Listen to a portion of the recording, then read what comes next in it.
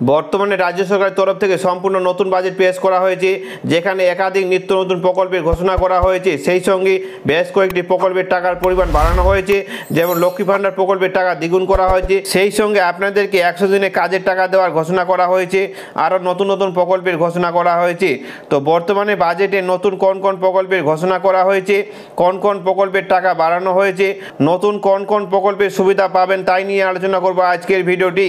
তাই ভিডিওটি প্রথম থেকে শেষ পর্যন্ত পুরোটাই দেখুন, একটুকু স্কিপ করবেন না। আর আপনারা ভিডিওটি কোন জেলা থেকে দেখছেন সেটা অবশ্যই কমেন্ট বক্সে কমেন্ট করে জানাবেন। আর আপনি যদি আমার এই চ্যানেলের নতুন দর্শক হন তবে চ্যানেলটিকে সাবস্ক্রাইব করে অল নোটিফিকেশন অন করে রাখবেন সবার আগে ভিডিও পাওয়ার জন্য। তো চলুন ভিডিওটি শুরু করা যাক। তো আপনার অন স্ক্রিন দেখতে পাচ্ছেন, প্রথমে বলা হয়েছে ক্লাস 11-এ মিলবে 10,000 টাকা। ঘোষণা রাজ্যের অর্থ দপ্তরের দায়িত্বপ্রাপ্ত প্রতিমন্ত্রী চন্দ্রিমা ভট্টাচার্য বলেন, তরুণদের স্বপ্ন প্রকল্পের জন্য 10,000 টাকা দেওয়া হয়। দ্বাদশ শ্রেণীর পড়ুয়ারা টেপ কেনার জন্য পান, এবার একাদশ শ্রেণী থেকেই সেই টাকা দেওয়া হবে। সেই জন্য অতিরিক্ত 900 কোটি টাকা বরাদ্দ করা হয়েছে। এরপর রয়েছে 1,000 টাকা করে ভাতা বাড়ানো হয়েছে সিভিক গ্রিন পুলিশদের, অর্থাৎ 1.5 lakh civic volunteer, civic police, green পুলিশদের ভাতা বাড়ানো হয়েছে।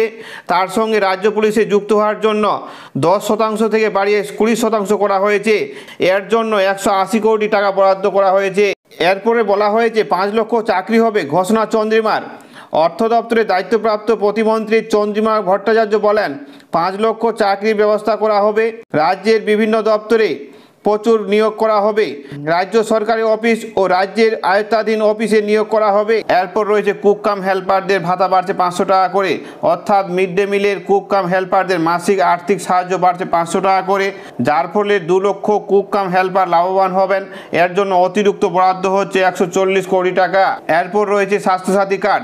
রাজ্যের বাইরের হাসপাতালগুলিতেও পরিযায়ী শ্রমিকরা ব্যবহার করতে পারবেন স্বাস্থ্যসাথী কার্ড, অর্থাৎ পরিযায়ী শ্রমিকদের স্বাস্থ্যসাথী আয়ত্তে আনা হলো। অর্থাৎ পশ্চিমবঙ্গের যেসব শ্রমিকরা বাইরের রাজ্যে আছেন তারা সেখানকার হাসপাতালে স্বাস্থ্যসাথী কার্ড ব্যবহার করতে পারবেন। এরপর রয়েছে লক্ষ্মী ভাণ্ডার প্রকল্প। তো লক্ষ্মী ভাণ্ডারের টাকা দ্বিগুণ করা হয়েছে।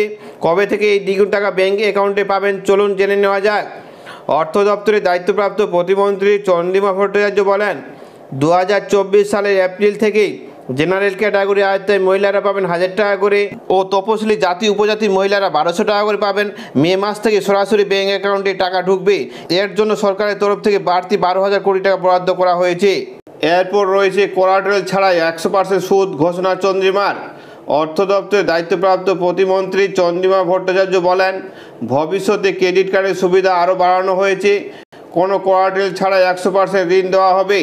নামমাত্র 4% সুদ দিতে হবে, বাকি সুদ বহন করবে রাজ্য সরকার।